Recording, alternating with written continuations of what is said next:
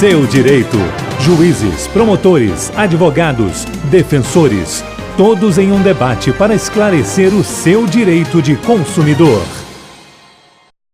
O Seu Direito é um programa da Super Rádio Tupi exclusivo para a internet, falando sobre direito do consumidor. A produção é da Renata Henriques, nosso operador de áudio é o Maciel, o câmera Luiz Arthur e também o Guilherme Maia. Muito obrigado à nossa equipe, sempre trabalhando para valer, né? Os participantes hoje compondo a nossa mesa, a doutora Patrícia Cardoso, que é defensora pública. Muito obrigado, viu, mais uma vez, e um bom ano novo para a senhora, doutora Patrícia. Para você também, Haroldo, e para todos os internautas. Feliz Compondo 2014. Também conosco aqui o doutor Vinícius Leal, que é representante do PROCON Rio de Janeiro. Doutor Vinícius, tudo bem? Como é que está o senhor? Tudo ótimo, meu querido amigo Haroldo de Andrade, colegas de mesa, é uma satisfação mais uma vez participar do programa. E o doutor Jorge Tardim, que é advogado especialista em defesa do consumidor. Tudo bem com o senhor? Uma satisfação, viu, doutor Jorge? Satisfação é minha, Haroldo. E eu quero também parabenizar os ouvintes, né? Porque direito do consumidor, na verdade, é a porta de entrada da cidadania. É verdade. Bom, o nosso tema hoje, compra de material escolar. Porque com a volta das férias, não é? Garotada voltando aí, muitos pais já começam a ouvir os pedidos dos filhos de compra de novos materiais escolares. Mas o grande problema é que existem muitos pais que costumam comprar todo o material que a garotada vai usar ao longo do ano, inclusive parcelando as compras ao longo do ano também. Não tem a grana, né, para chegar e pagar o material todo de uma vez, que é caro a peça, pesa realmente no orçamento de qualquer família. Agora, doutora Patrícia Cardoso, as escolas podem exigir a compra de uma determinada marca, de uma determinada loja, diz, olha, está aqui a lista, vai na loja tal, o material está todo lá, vai lá e compra lá. Ou o pai tem o direito, a mãe tem o direito de comprar onde quiser, onde bem entender. A escola pode até fornecer o nome de um estabelecimento comercial e tal para facilitar, porque às vezes se todas as mães comprarem naquela mesma loja, pode ter um desconto, alguma coisa que o valha. Mas assim, a escola não pode exigir que as compras sejam feitas numa determinada loja, nem tampouco pode exigir marcas pré-estabelecidas, né? De mochila, lápis, caneta, aqueles materiais comuns, né? Não pode exigir nenhuma marca específica. O pai tem a autonomia total, a liberdade de escolher o material que ele quiser, que ele ache melhor para o filho dele. Tem autonomia. Tem autonomia de pagar a taxa de material ou não. A escola não pode estabelecer que ou paga a taxa de material ou não. As escolas têm que dar alternativa. Pode-se pagar a taxa de material e pode-se comprar fora também da escola, né? Porque muitas escolas dão essa alternativa. Tem muito pai que reclama, viu, doutor Vinícius Leal, que a escola exige caderno 200 folhas. Chega ao final do ano, a criança usou 80. E um desperdício, porque o caderno com 200 folhas, evidentemente, é mais caro, não é? Do que o caderno com 100, do que com 80. Pode exigir a escola, na lista de material escolar, o número de páginas do caderno que a criança vai usar? Haroldo, essa questão... Olha que detalhezinho, né? Mas é um detalhe que existe, que incomoda. Eu acho que o bom senso acima de tudo, é um aspecto fundamental nesse tipo de relação jurídica, né? Você observar ali a real necessidade, né, do aluno no material que ele vai utilizar durante o período do ano letivo. Né? Então, uma forma, por exemplo, de economizar é você primeiro conversar com a escola, a real necessidade desse caderno de 200 folhas, né? Ou então verificar se existe algum produto, né, que você possui em casa, né, para reaproveitar, né, inclusive os utilizados por outra criança, os outros irmãos. É uma forma de você minimizar aí esse custo, né, essa despesa logo no início do ano, que tem uma carga tributária muito grande aí com o IPVA, enfim, IPTU e etc e tal, né? Então, quer dizer, no início do ano, primeiro trimestre, geralmente ele começa com a carga tributária grande, e uma forma de economizar é isso. É sempre conversando e buscando o reaproveitamento de algum produto que você tem em casa ou com algum amigo, enfim. Logo no começo dessa nossa conversa, doutor Jorge Tardim, a gente falou do caso de pais que compram material escolar em prestações, 10 prestações, vão pagando ao longo do ano. Não dá para chorar um desconto não em material escolar? Chegar dizendo, eu vou te pagar à vista, mas me dá aí um desconto de 10%. É interessante pagar em 10 prestações o material escolar?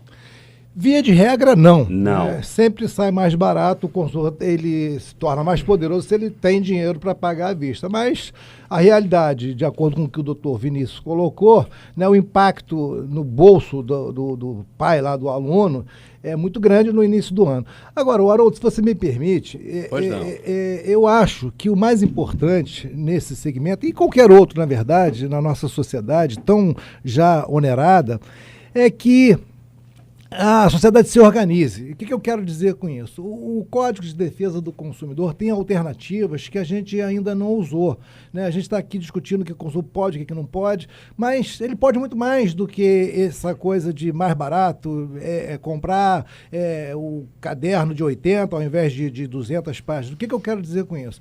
Nós somos a maior carga tributária do planeta, né? Da América Latina, a gente só perde para a Argentina.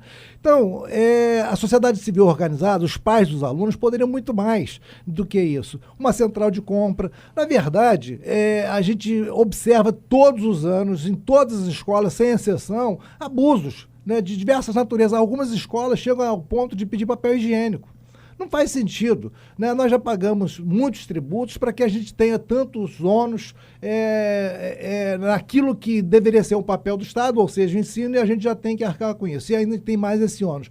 Ou seja, se a gente monta uma convenção coletiva de consumo, que o CDC tem para isso, todos os pais de todas as escolas poderiam fazer uma pressão tremenda, uma central de compra ou outra alternativa qualquer. Então, o mais importante é que a sociedade se organize para defender os seus direitos. Porque se a gente continua o pai do aluno A, o pai do aluno B, cada um defendendo o seu interesse individual, a gente certamente todo ano vai continuar se deparando com esses absurdos, com esses abusos. Então, a sociedade civil organizada é mais importante do que a pergunta e a resposta individual, né? E o CDC tem alternativa para isso, que é convenção coletiva de consumo. A gente poderia ter uma convenção coletiva de consumo, por exemplo, no âmbito das escolas privadas. Agora, cada escola deveria, portanto, acredito eu, doutora Patrícia, incentivar esse tipo de organização por parte dos pais.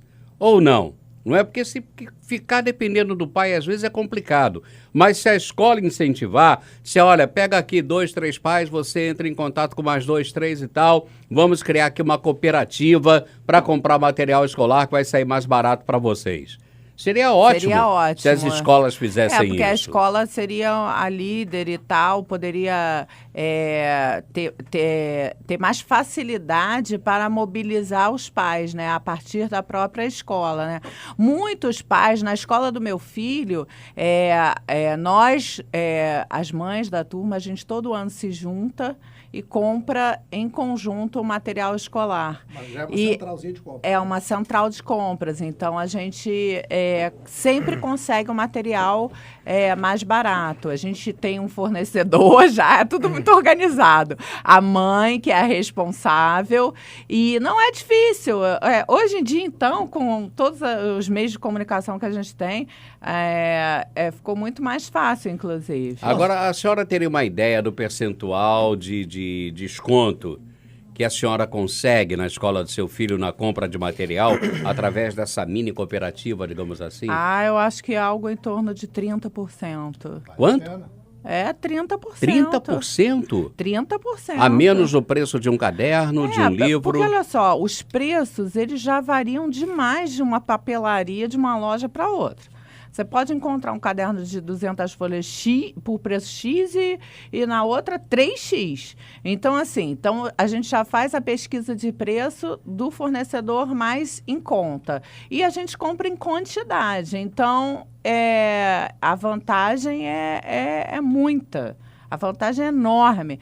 E a gente também, eu estava até comentando com o Dr. Vinícius, a gente procura sites para livros. Então, existem sites hoje que você pode comprar livros usados, assim, utilizados, mas em perfeito estado, em edições recentes, um valor muito mais em conta do que um livro 0 quilômetro numa livraria dessas de ponta, né? Assim, um livro que uma criança já leu, mas está em perfeito estado. Seu filho vai ler, né?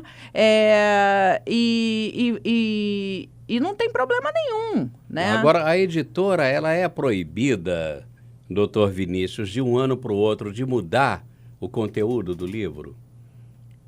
É porque isso, de repente, de um ano para o outro, o livro pode mudar, não é? É um livro de matemática, em vez de explicar lá ó, a trigonometria com mais detalhes, corta um trecho da matéria e inclui uma outra.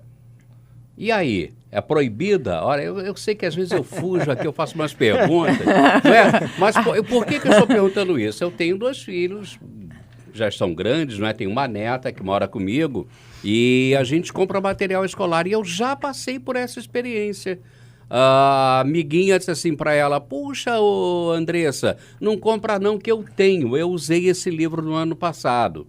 E quando a gente foi ver, o livro era diferente, o mesmo livro, não é? Teoricamente, o mesmo nome, o mesmo autor e tal, papapá. Mas fizeram uma alteração na parte final do livro. Excluíram algumas matérias que ali estavam e incluíram outras. Então o livro não servia mais para ela. Então por isso que eu fiz a pergunta ao senhor, se a editora tem esse direito, o autor tem esse direito de alterar o livro didático de um ano para o outro, o conteúdo do livro didático de um ano para o outro. O consumidor ele deve ficar atento às condições, né? Enfim, ele é o sujeito mais vulnerável na relação de consumo, né?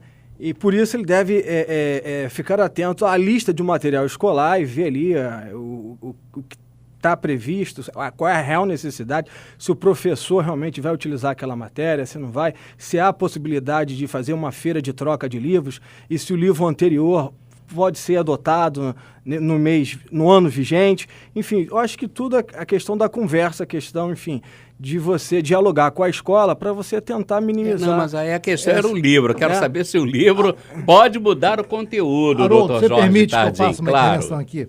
É o seguinte, por isso que eu sugeri de início a Convenção Coletiva de Consumo. E aí eu vou voltar ao que você falou anteriormente.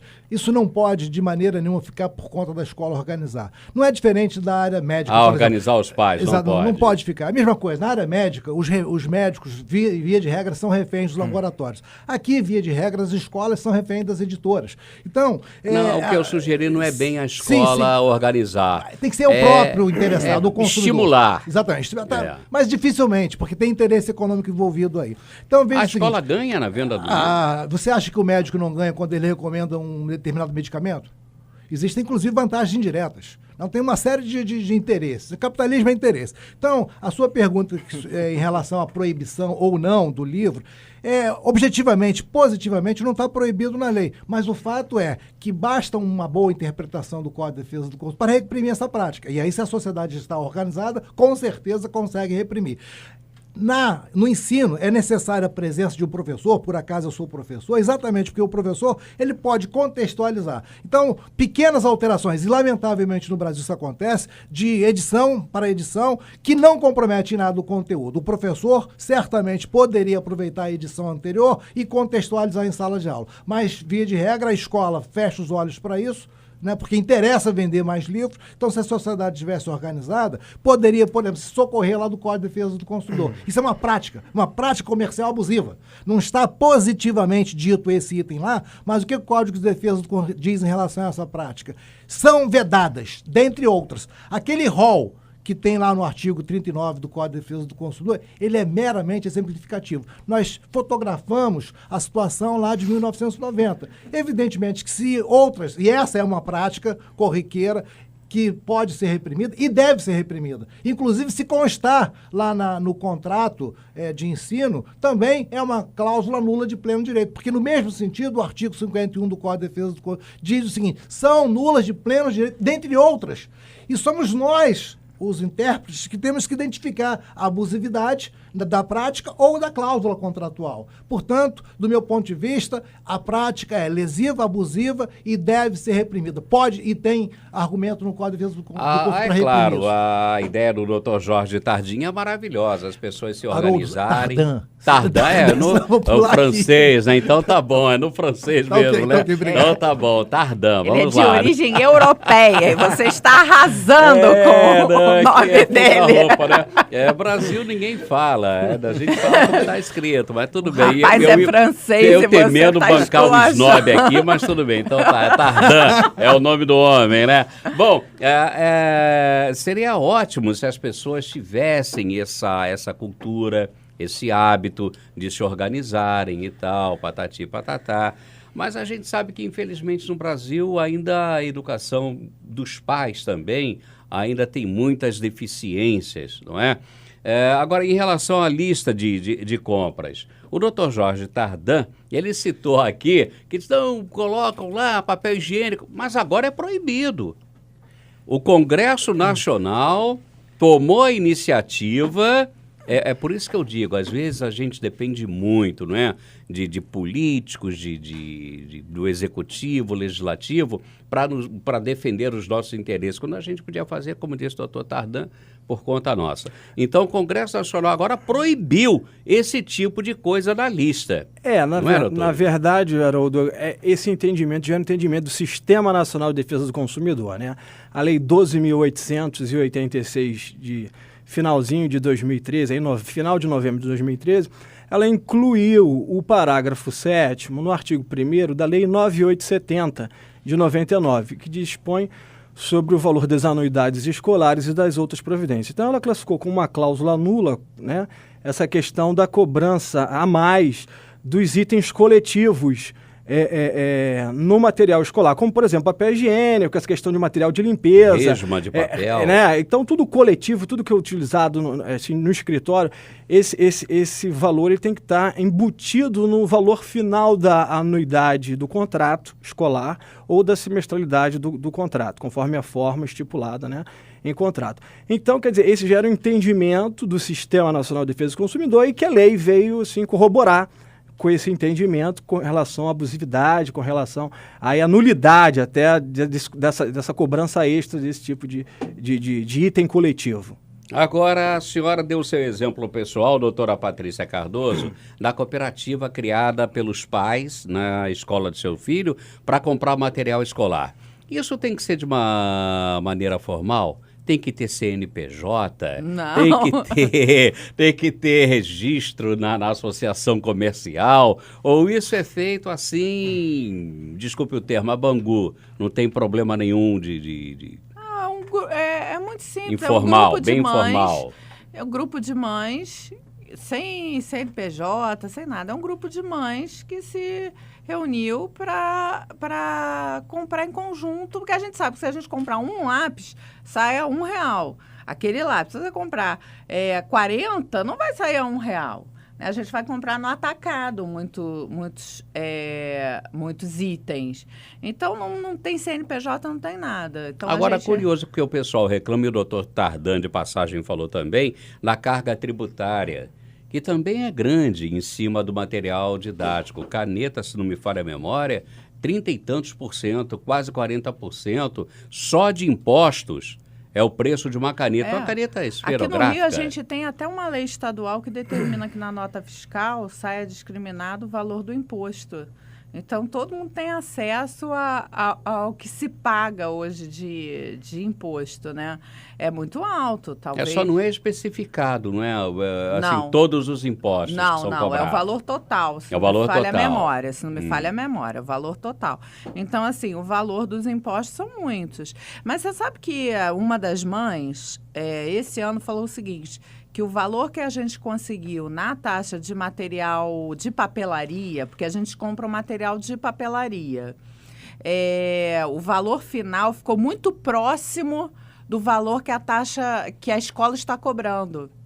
Então, a escola também negociou com os fornecedores no sentido de conseguir preços melhores. Então, a gente estava até conversando semana passada que talvez seja mais interessante ano que vem, porque dá muito trabalho, porque é uma mãe que reúne, recolhe o dinheiro, deposita na conta de uma, e ela aí marca a entrega do material e tal. Então, a gente estava até discutindo que talvez ano que vem, dependendo da diferença, não vale a pena a gente continuar fazendo isso. Vale a pena comprar na própria escola. A própria escola deve estar negociando o preço com o fornecedor, né? Muito interessante, muito interessante. Então, comprar individualmente é muito menos vantajoso hoje do que pagar a taxa da escola. Olha, a gente vai fazer um intervalo rapidinho, não é que seu direito, no site da Tupi, é um programa exclusivo pro site da Super Família Tupi, todo mundo ligado aí. Numa produção da Renata Henriques, o Maciel, nosso grande maciça, operador de áudio, os câmeras Luiz Arthur e o Guilherme Maia. A gente já volta, rapidinho. Seu Direito, o debate que ajuda o consumidor a saber mais sobre seus direitos.